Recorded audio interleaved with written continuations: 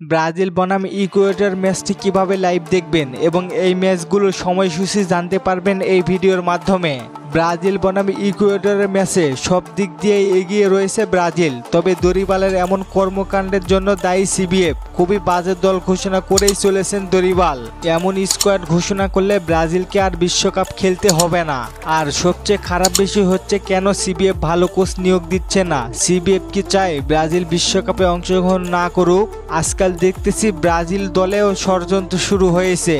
CBF দেখতেছে যে Copa আমেরিকায় খুবই বাজে পারফরমেন্স করেছে ব্রাজিল, তারপরেও কেন কোনো কোচের বিরুদ্ধে অ্যাকশন নিচ্ছেন না আমি বুঝি না। আবারও সেই কোপার চেয়ে ফাউল স্কোয়াড ঘোষণা করেছেন দরিবাল।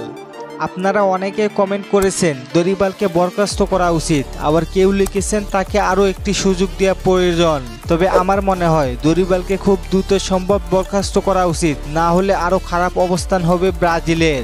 আর এই কোচকে নিয়ে আমার কিছু বলার নেই, আপনাদের কিছু বলার থাকলে কমেন্ট করতে পারেন। চলেন দেখে আসি কিভাবে ম্যাচগুলো লাইভ দেখবেন। ব্রাজিল সহ অন্যান্য ম্যাচগুলো লাইভ দেখতে হলে আপনাদের কিছু অ্যাপসের প্রয়োজন। তাদের মধ্যে হলো ইয়াসিন টিভি, ইয়াল্লা live TV, trophy, football TV HD. এগুলো ঝামেলা মনে করলে আপনি সরাসরি ফেসবুক বা ইউটিউব থেকে লাইভ দেখতে পারেন।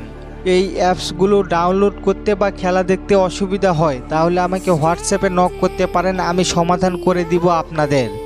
নাইন ভাই কমেন্ট করেছেন নেইমার অক্টোবর মাসে ফিরবে, এটা কি সত্যি? জি ভাই, এটা সত্যি। অনেক ভাই কমেন্ট করেছে এই কোচকে বাইর করা উচিত। একমত ভাই, আমি আপনার সাথে।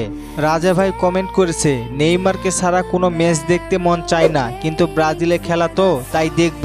কি করবেন ভাই, আর খেলা দেখিয়েন। ধন্যবাদ সবাইকে কমেন্ট করার জন্য। আর আপনাদের নতুন কোনো প্রশ্ন থাকলে কমেন্ট করতে পারেন, পরবর্তী ভিডিওতে রিপ্লাই করব।